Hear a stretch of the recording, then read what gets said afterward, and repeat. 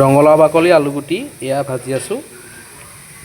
আজি বনিবলৈ গৈ আছে ৰঙালাও বাকলি আৰু আলুগুটি সৰু সৰুকৈ কুটি লৈছোঁ স্কোৱাৰ ফুটত চব নৰকি কুটি লৈছোঁ। এইফালে পিঁয়াজ আৰু জলকীয়া, এইফালে নিমখ আৰু এনেকৈ মচলা দিয়া আছে।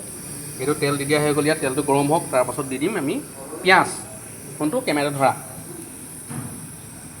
দেই, কেমেৰা তুমি মাইকটো কি কৰিবলৈ কিনিছিলে? তেল কেলা কমেই নহয়। কি সুন্দৰকৈ তেলত পিঁয়াজ দিছে দেখিছে নাই? ৰিফাইন তেলত ৰিফাইনটো খাই ভাল পাওঁ মানে কি নোখোৱা মানুহেতো টেষ্ট নাপায় ৰিফাইনত। মই এতিয়া খাই একেটাই গুচি গ'ল ৰিফাইনত। কিন্তু মাছ মাংস তেলতে মিঠালতে বনাওঁ।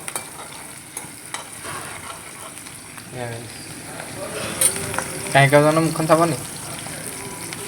দেখুৱাই দিয়া।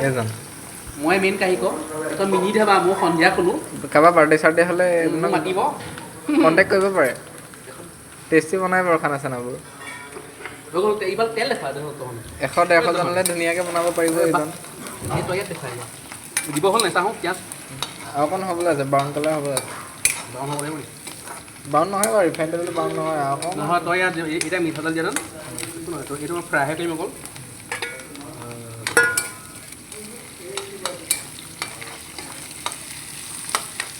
ইয়াত ভাজি আছোঁ, এই টেমাটো দেখুৱাই থাকা ভালকৈ। কাগজত পানী আছোঁ, তোমাৰ টেমাখন ধৰি আছোঁ। অকণমান ৰেচি দিছোঁ।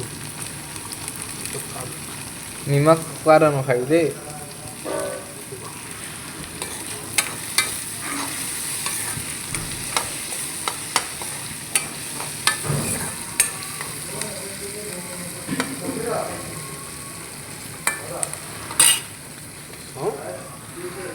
মজা।